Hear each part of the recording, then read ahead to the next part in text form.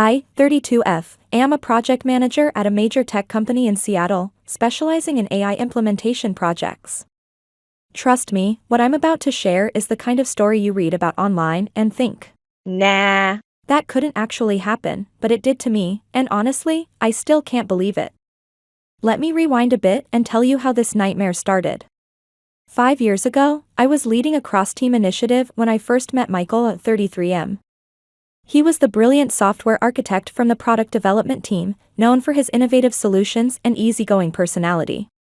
Our first meeting was actually a heated debate about project timelines. I thought his estimates were unrealistic, he thought I was being too conservative.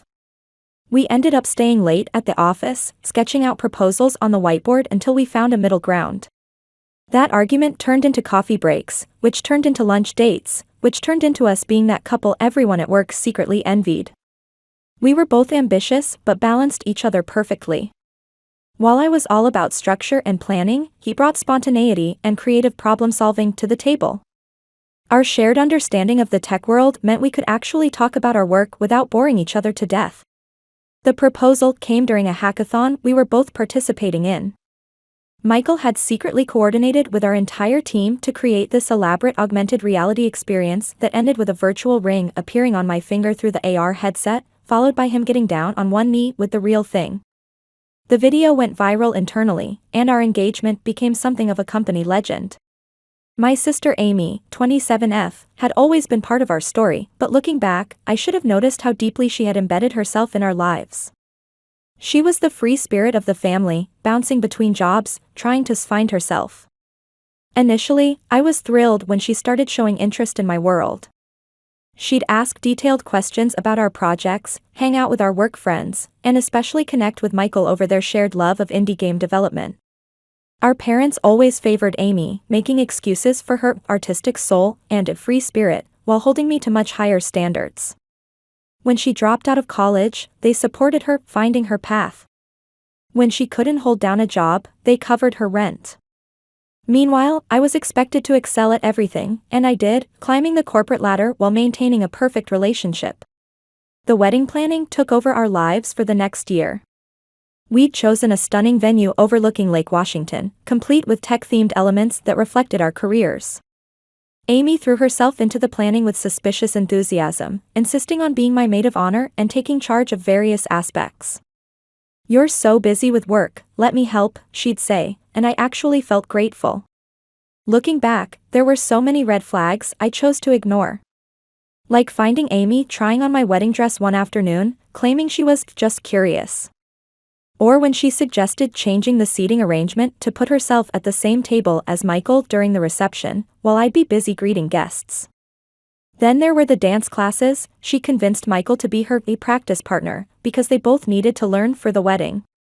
They spent hours together every week while I was stuck in late meetings. The real warnings came 3 months before the wedding. Michael started acting strange, being distant, spending more time at work, though our mutual colleagues mentioned not seeing him there. Amy became overly involved in every decision, from the flowers to the playlist. She even started dressing more like me, copying my style in subtle ways that made me uncomfortable but seemed too petty to mention. Then came the wedding day. I was in the bridal suite, surrounded by bridesmaids and my mom, getting ready for what should have been the happiest day of my life. Amy had been acting weird all morning, checking her phone constantly and making excuses to leave the room. When she said she needed to check on Michael quickly, I didn't think anything of it. That was the last time I saw either of them. 30 minutes passed. Then an hour. With 10 minutes until the ceremony, my cousin Peter, 35M, burst into the room, his face pale. "Rachel. Michael's car is gone. Amy's nowhere to be found." My world stopped. I grabbed my phone, tried calling Michael, straight to voicemail. Checked our messaging apps, blocked everywhere. Same with Amy. They had completely ghosted me on my wedding day. The next few hours were a blur of humiliation and shock. Having to tell 400+ guests, including company executives and colleagues, that the wedding was cancelled. Seeing the pity in everyone's eyes. My parents trying to make excuses for Amy. "She's young, there must be some explanation, maybe they just got cold feet," But cold feet don't explain blocking someone on all social media. Cold feet don't justify running off with your sister's fiancé on their wedding day.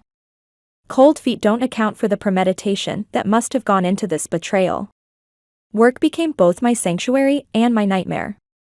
News travels fast in tech circles, and suddenly I was that PM whose fiancé ran off with her sister. Some colleagues were supportive, others awkwardly avoided me, and a few seemed to relish the drama. My boss offered me time off, but I threw myself into work instead. Better to drown in project deadlines than wedding cancellation drama. The first month was hell.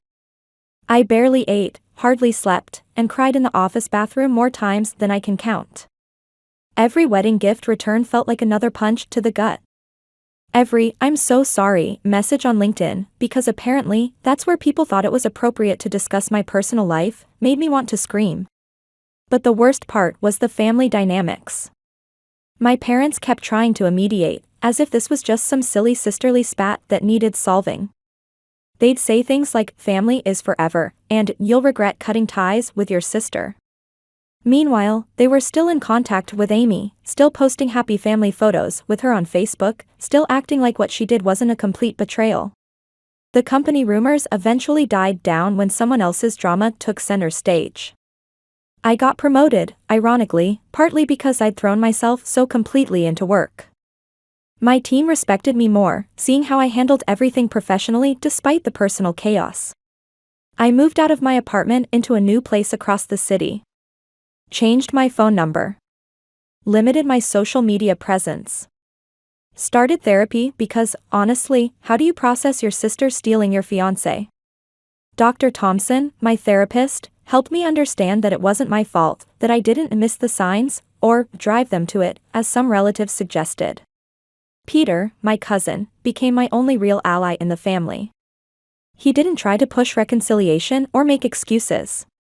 He just let me be angry, let me hurt, let me process things at my own pace.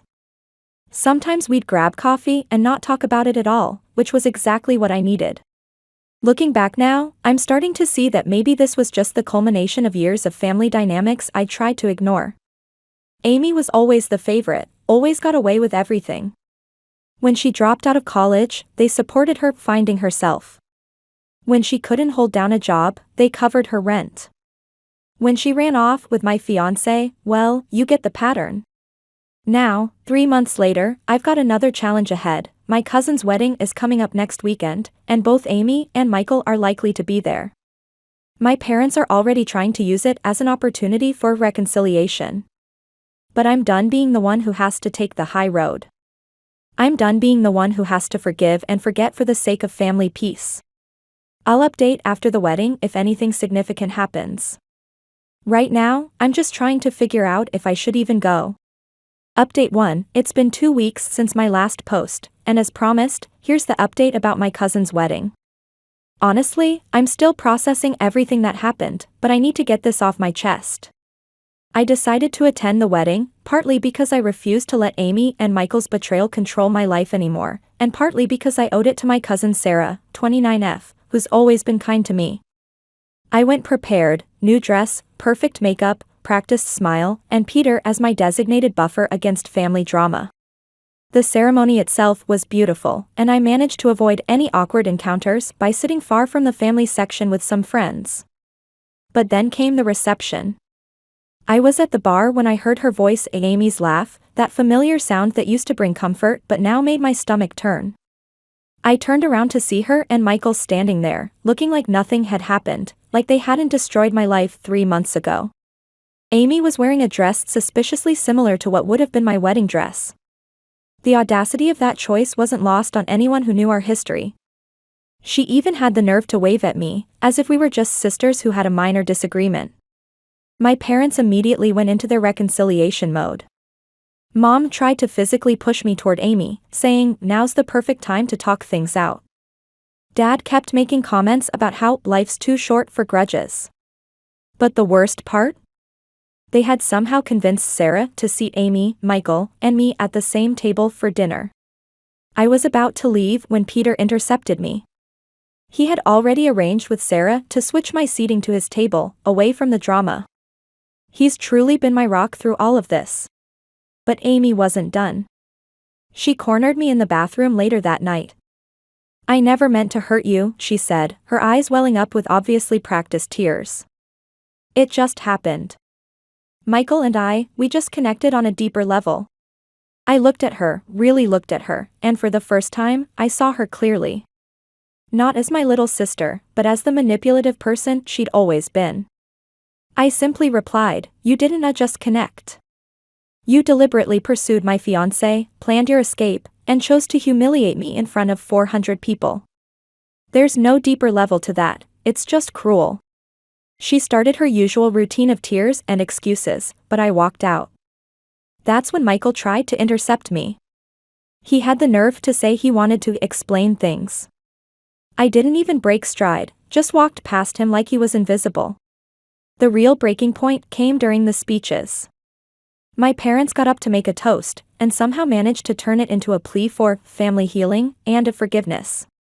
They actually used Sarah's wedding as a platform to push their reconciliation agenda. I've never been more embarrassed. After that, I made a decision. I wrote a detailed email to my parents the next day, explaining that I was taking a break from family gatherings until they could respect my boundaries. I blocked Amy and Michael on every possible platform, again, and I'm starting fresh. The silver lining? This whole incident showed me who my real support system is. My friends from work rallied around me, Peter proved himself to be the best cousin anyone could ask for, and even Sarah reached out to apologize for the seating mix-up. Turns out our parents had pressured her. I'm done trying to maintain appearances for the sake of family harmony. I'm done being the one who has to be mature about this situation. Sometimes, cutting toxic people out of your life isn't just an option, it's necessary for survival. Moving forward, I'm focusing on my career, just got offered to lead a major new project, my mental health, therapy is actually helping, and building relationships with people who respect and value me.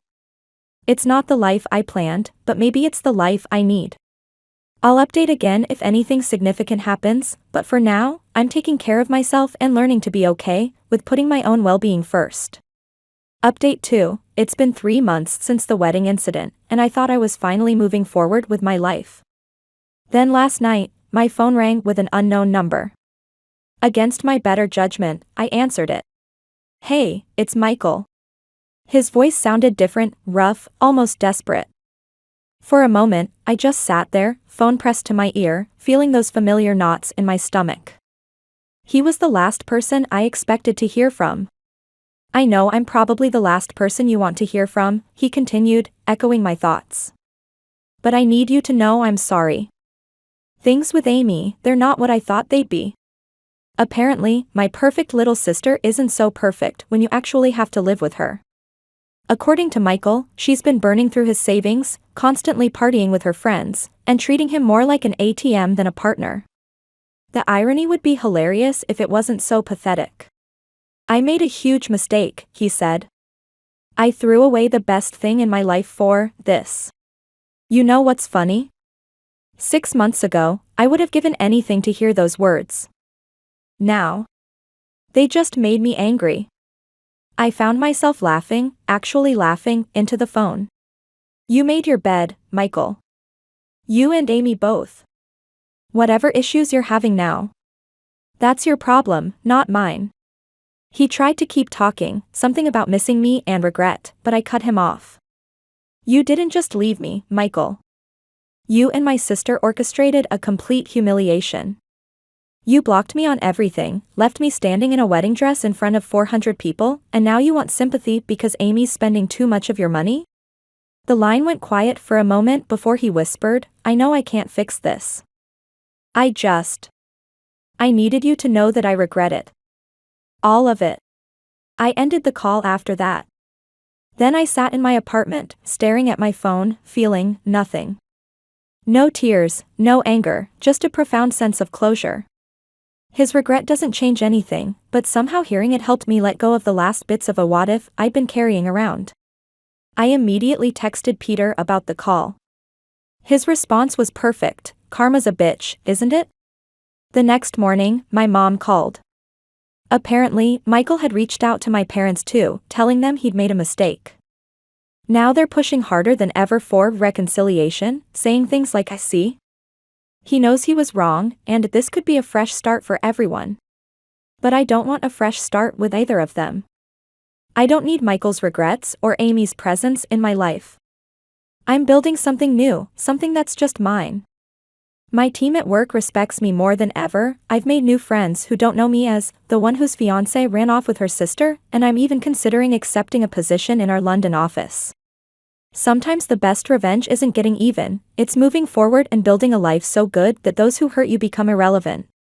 I'll update if anything else happens, but honestly, I hope this is the last time I have to think about either of them. Update 3, it's been a month since Michael's call, and I thought things would finally settle down.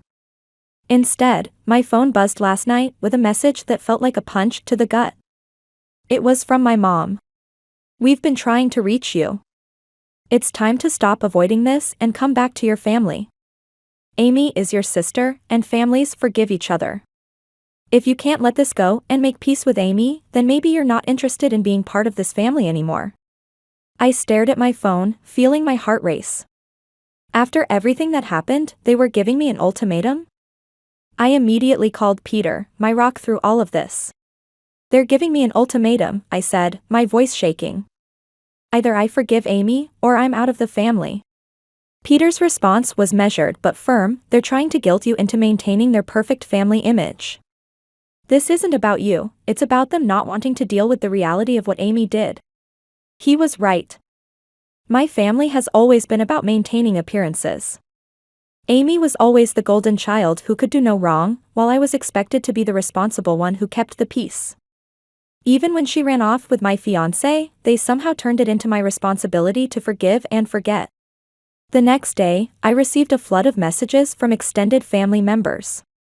Apparently, my parents had been spreading their version of events, painting me as the unforgiving sister who was tearing the family apart with my stubbornness. Some relatives even suggested that I must have done something to drive Michael and Amy together. I spent the weekend drafting a response to my parents. Not a quick text or email, but a proper letter. I wanted to be clear and thorough about why their ultimatum was the final straw. Here's part of what I wrote. "For my entire life, I've watched you excuse Amy's behavior while holding me to impossible standards. When she dropped out of college, you supported her finding herself. When she couldn't hold down a job, you covered her rent. When she ran off with my fiancé on my wedding day, you told me to forgive her because she's young and a family is forever. Well, family should work both ways. Where was this family is forever mentality when I was standing in my wedding dress, humiliated in front of 400 people? Where was it when I was crying myself to sleep every night? Where was it when I needed my parents to acknowledge that what Amy did was unforgivable? Instead, you've consistently chosen to enable her behavior. You've prioritized her feelings over my pain, her comfort over my healing. And now you're threatening to cut me off unless I pretend that what she did was okay? I won't do it. I won't pretend that devastating betrayal is something sisters just get over. I won't act like what she and Michael did was a simple mistake. And I certainly won't sacrifice my self-respect to maintain your illusion of a perfect family. If choosing to protect myself from further betrayal means I'm no longer welcome in this family, then maybe this family isn't worth being part of." After sending the letter, I blocked their numbers. All of them, my parents, Amy, the relatives who'd been harassing me. Peter is the only family member who still has access to me. At work, I officially accepted the position in our London office. The move will be challenging, but it feels right. Like a clean break, a fresh start. My team threw me a surprise going-away party, and for the first time in ages, I felt truly supported and valued. Dr. Thompson, my therapist, says this kind of major life change can be therapeutic when handled properly. Sometimes, she told me, the healthiest thing we can do is remove ourselves from toxic situations, even when those situations involve family. Last night, I was packing up my apartment when I found an old family photo. We all looked so happy, Mom, Dad, Amy, and me. But now I realize that happiness was always conditional on me playing my assigned role, the understanding sister, the perfect daughter, the one who sacrifices her own well-being to keep the peace. Well, I'm done playing that role. I'm done being the family peacekeeper at the cost of my own peace. London is waiting, and with it, the chance to build a life where I don't have to compromise my self-respect for anyone. Peter promises to visit once I'm settled, and my new team in London has already been incredibly welcoming. It's scary, starting over in a new country, but it's also exciting. For the first time in my life, I'm choosing myself, my healing, my happiness, my future. I might update again after the move to London, but honestly, I hope this is the end of this chapter of my life. Sometimes the best family is the one you choose for yourself. Update 4, it's been 6 months since my move to London, and I feel like I should share this final update, especially given how supportive this community has been throughout this journey. The London transition has been both challenging and incredibly liberating. I arrived just as autumn was turning the city's parks golden, and somehow, that timing felt perfect, a season of change in a city where nobody knows my history. Where I'm not, the girl whose fiancé ran off with her sister, but just Rachel, the new project manager from Seattle. My first week here, I got an email from Peter with some news from home. Apparently, Amy and Michael's relationship imploded spectacularly. She maxed out his credit cards, got them evicted from their apartment for hosting too many parties, and finally left him for some aspiring musician. Michael tried reaching out to me again through Peter, something about wanting to make things right, but Peter shut that down immediately, knowing I've moved on. The irony of their failed relationship doesn't bring me the satisfaction I once thought it would.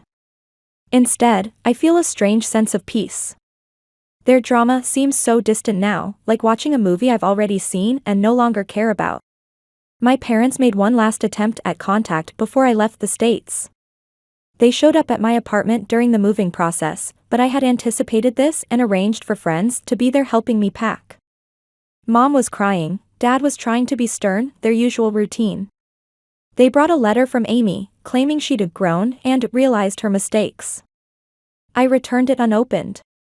"You're choosing career over family," my mom said, her voice trembling with practiced emotion. I looked at her and replied, "No, I'm choosing self-respect over enabling toxic behavior." There's a difference. They left shortly after, and that was the last time I saw them. Sometimes I wonder if they ever truly understand what they did, not just Amy's betrayal, but their constant invalidation of my feelings, their endless excuses for her behavior, their ultimatums disguised as family love. London has been like a reset button for my life. My new team is brilliant and refreshingly drama-free. I'm leading a major AI implementation project that's already getting attention from industry leaders. Last week, I presented at a tech conference in Barcelona, something I might never have done if I'd stayed in my comfort zone in Seattle. I've made new friends here, a diverse group of expats and locals who've become my chosen family. There's Emma, a British software engineer who's teaching me proper tea etiquette while I educate her about real coffee. Sarah, an Australian UX designer who's become my weekend exploration buddy. James, a local who's made it his mission to show me all of London's hidden gems. The therapy continues, but now it's more about growth than healing.